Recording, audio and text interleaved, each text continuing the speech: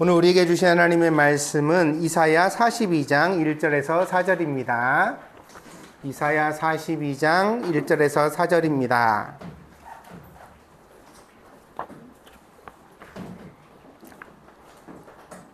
봉독하겠습니다. 내가 붙드는 나의 종, 내 마음에 기뻐하는 자, 곧 내가 택한 사람을 보라.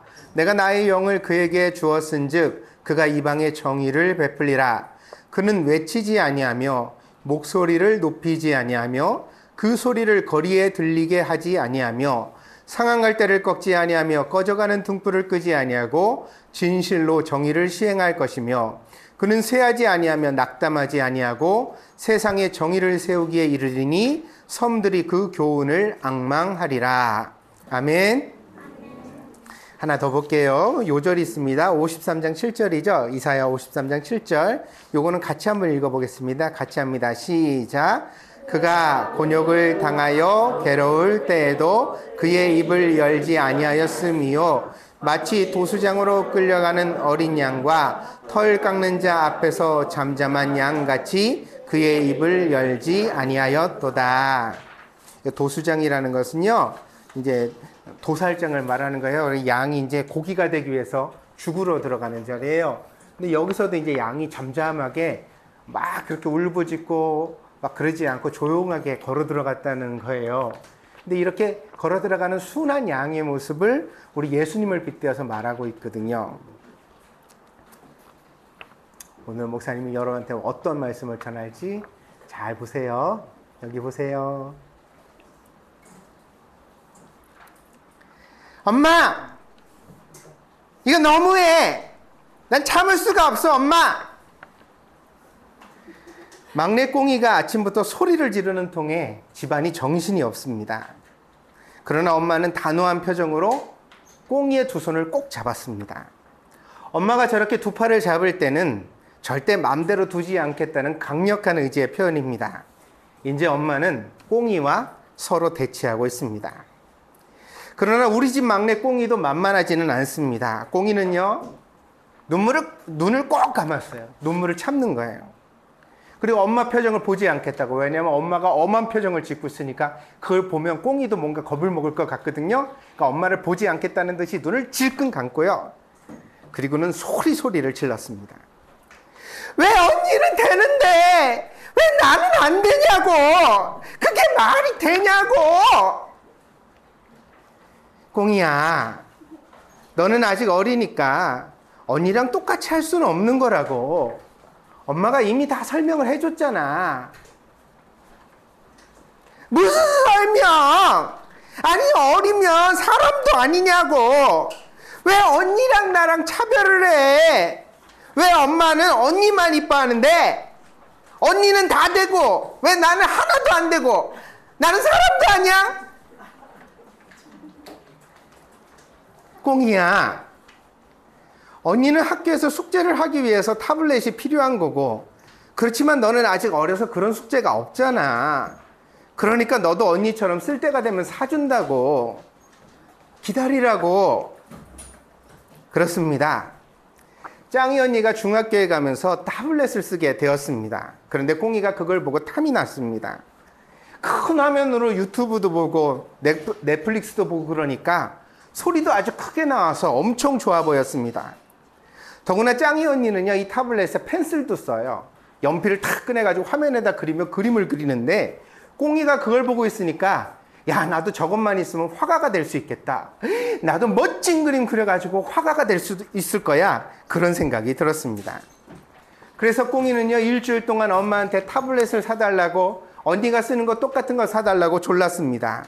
그렇지만 엄마는 계속 거절만 했습니다. 꽁이도 참을 만큼 참았습니다. 일주일이면 꽁이가 많이 참은 거예요. 그러나 이제는 언니 타블렛만 눈에 보이고 차별받는 자기 신세가 너무 슬퍼서 언니만 사주는 엄마 아빠가 너무 섭섭해서, 억울해서, 그리고 무엇보다 꽁이는 이 집에 자기 편이 하나도 없다는 것. 세상에 내가 이렇게 소리를 지르면 누구가 좀 내 편을 들어주면 좋겠는데 아무도 꽁이 편을 안 들어줘서, 그래서 꽁이는 고래고래 소리를 지르게 되었습니다. 동생도 사람입니다. 언니만 사주는 것은 몹쓸 짓입니다. 사람이 그러면 안 됩니다. 언니 사주면 동생도 사줘야죠. 아니, 세상에 태어나게 했으면 대접을 똑같이 해야지, 단지 언니라는 이름만으로 한 사람만 사람 대접해주고 동생의 이름 못 사준다니 도대체 말도 되지 않습니다. 다른 집에서는 절대 이런 일이 생기지 않을 거라고 꽁이는 생각합니다. 이것은 언니만 지나치게 어른 대접을 해주고 언니만 사랑하는 꽁이 집에서나 일어날 수 있는 특별한 나쁜 일입니다. 결국 꽁이는요, 고래고래 소리를 지르고 울다가 땀에 흠뻑 젖어서 그날 유치원도 가지 못했습니다. 훌쩍이다가 잠이 든 꽁이를요, 아빠가 번쩍 안으시더니 소파에 갖다 누이셨어요. 그리고요, 울어가지고 푹 젖어있는 꽁이를 갖다가 아빠가 막 이렇게 안쓰럽게 어루만져 주셨어요. 꽁이는 잠들어 있었습니다. 그러자 아빠가 한숨을 쉬면서 이렇게 말했습니다. 이렇게 꽁이가 운다면 차라리 타블렛을 하나 더 사주고 말 걸 그랬어. 엄마가 아빠를 보고 말합니다. 도대체 당신은 의사 선생님 말을 못 들었어요?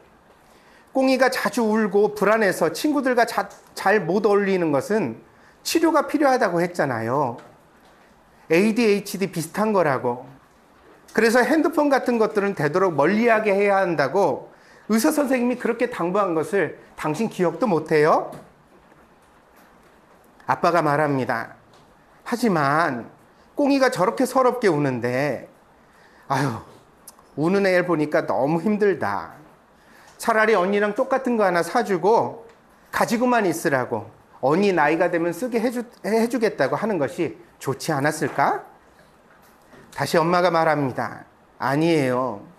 꽁이는 절대로 사준 타블렛을 뜯지 않을 아이가 아니에요.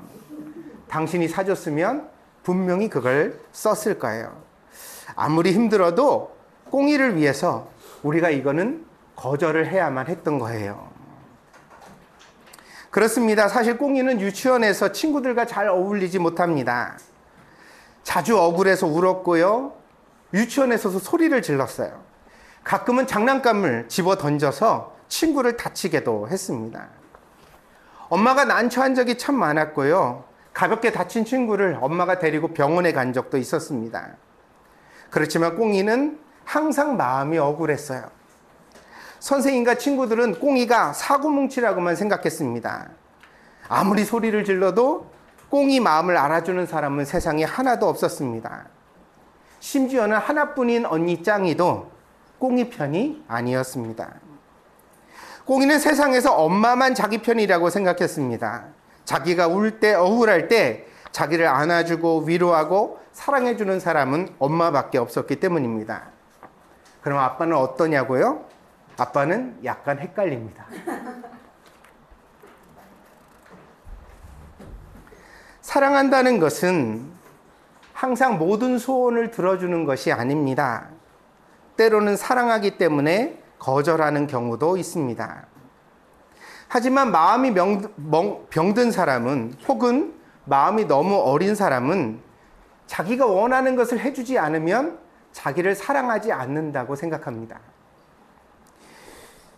그래서 이런 것은 사랑이 아니라고 화를 내고 소리를 지릅니다. 억울해서 잠이 오지 않기도 합니다. 꽁이처럼 말입니다. 그러나 진짜 사랑한다면 그런 모욕과 멸시를 참으면서도 거절해야 할 때가 있습니다. 그것이 진짜 사랑입니다. 아이가 운다고 밥도 먹지 않는 아이에게 과자와 사탕만 사주는 것은 사랑이 아닙니다. 아무리 과자를 사달라고 해도 밥 먹어야 사준다고 거절하는 게 사실은 사랑입니다. 성경에는요, 사랑을 자기의 유익을 구하지 않는다고 설명하고 있습니다. 엄마와 아빠가 이야기를 나누는 동안 어느샌가 꽁이는 잠이 깨어 있었습니다. 눈을 꼭 감고 있었지만 엄마 아빠가 하는 말을 다 들었어요. 그렇지만 엄마 아빠 하는 얘기를 엿들으려고 자는 척을 계속했어요. 아빠 마음도 알았고 엄마 마음도 알았습니다. 자기가 우는 것을 괴로워하는 아빠 마음도 자기를 위해서 거절하는 엄마 마음도 꽁이가 알게 되었습니다. 그리고 너무 자주 울고 화내고 소리 지르는 자신이 약간은 마음이 아픈 것이라는 사실도 꽁이가 알게 되었습니다. 그럼에도 불구하고 엄마와 아빠는 아픈 꽁이를 변함없이, 아니 오히려 더 사랑하고 있었습니다. 엄마 아빠가 자기를 차별하는 것이 아니라 사랑하는 것이라는 사실을 알게 된 꽁이는 갑자기 또 눈물이 나왔습니다.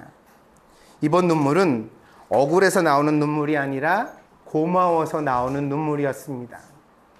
내가 이렇게 소리를 지르는데도, 내가 이렇게 땡깡을 노는데도, 내가 이렇게 엄마 아빠한테 막 나쁜 소리를 하는데도 엄마 아빠는 나를 사랑해 주시는구나. 꽁이는 진심으로 자기를 사랑해 준, 그리고 자기를 위해 거절해 준 엄마가 고마웠습니다. 그래서 꽁이는 눈을 꼭 감고 결심을 했습니다. 앞으로는 엄마가 무슨 말을 하든지 잘 듣겠다고. 화내지 않고 잘 들어보려고 노력하겠다고 마음으로 결심을 했습니다. 오늘 읽은 성경에서 예수님을 이사야 선지자는 이렇게 소개합니다. 그분은 소리를 지르지 않으신다. 예수님도 화가 났습니다. 예수님도 억울했습니다. 예수님도 슬펐습니다. 특별히 죄도 없이 십자가에 달려 죽으실 때 예수님은 가장 슬프고 가장 억울했습니다. 그러나 그럼에도 불구하고 예수님은 소리 지르지 않으셨습니다. 왜 그랬을까요? 예수님은 하나님의 큰 사랑을 아셨기 때문입니다. 하나님의 큰 사랑을 믿으셨기 때문입니다. 그 사랑으로 일어난 일이라면 이렇게 나쁜 일처럼 보이는 일도 결국은 좋게 될 것을 예수님은 믿으셨기 때문입니다. 하나님을 믿는다는 말은 하나님의 사랑을 알고 깨닫는다는 말과 같습니다. 교회를 아무리 다녀도 하나님이 나를 사랑하신다는 사실을 느끼거나 깨닫지 못하는 사람은 하나님을 믿는 게 아닙니다. 그런데 하나님이 날 사랑하시는 것 같아, 이렇게 느낄 때 그것이 바로 하나님을 믿는 사람의 특징입니다.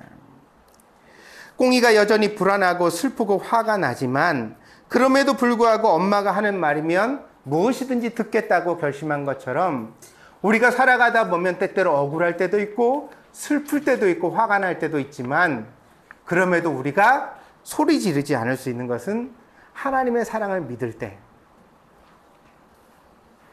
여전히 하나님이 나와 함께 하시고 나를 사랑하시고 나를 인도하신다는 사실을 믿을 수 있을 때, 그때 우리도 예수님처럼 소리 지르지 않을 수 있는 사람이 되는 것입니다. 그래서요, 사랑한다는 것은 생각한다는 말보다 훨씬 더 큰 결정이에요. 왜냐하면 우리 생각은요, 섭섭하거든요. 아니, 생각해봐요, 여러분. 여러분 입장이 돼서 생각해봐요. 언니만 타블렛 사주고 나는 사주지 않는다면, 언니들은 한번 생각해봐요.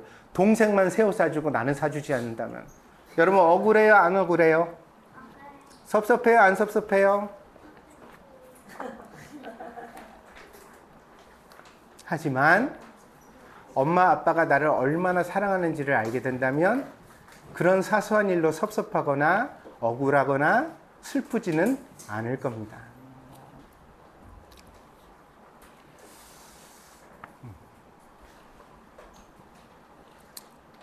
그래서 믿는다는 말은 사랑한다는 것이고, 사랑은 모든 생각보다 더 큰 결정입니다. 여러분도 이런 결정을 마음에 가지기를 바랍니다. 예수님처럼 소리 지르지 않아도 넉넉하게 살아갈 수 있는 마음의 힘이 생겨나기를 바랍니다. 목사님이요, 교회에서 목사 일을 하다 보니까요, 꼭 어린아이들만 소리를 지르는 건 아니더라고요. 어른들도 그렇게 슬프고 화가 나고 억울해요. 왜 그렇게 화가 날까 이렇게 잘 보니까요, 그런 것 같아요. 자기가 바라는 대로 되지 않을 때 어른들도 하나님이 날 사랑하신다는 것을 믿지 못해요. 하나님이 날 사랑하신다면 어떻게 내 몸에 이런 병이 생겨? 하나님이 날 사랑하신다면 어떻게 나한테 이런 일이 생기지? 어떻게 저 사람은 부자인데 나는 이렇게 가난하지? 저 사람은 시험에 합격하는데 왜 나는 떨어지지?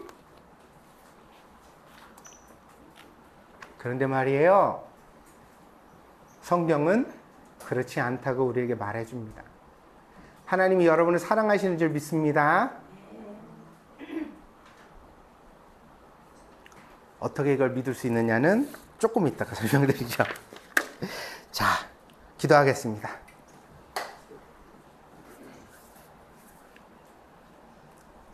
화가 나고 슬프고 억울할 때가 많습니다. 사랑받지 못한다고 느껴질 때 우리는 그런 감정들을 경험합니다. 그러나 하나님이 나를 사랑하신다는 것을 우리가 믿을 수 있다면, 그것을 항상 깨달을 수 있다면 우리가 그렇게 화내고 슬프고 억울하지 않고 예수님처럼 잠잠하게 살아갈 수 있는 사람이 될 수 있는 줄 믿습니다. 오늘 우리의 마음속에 예수님의 평화가 임하기를 바랍니다. 예수님처럼 하나님의 사랑을 깨닫고 믿을 수 있는 저희들이 되게 하여 주시옵소서.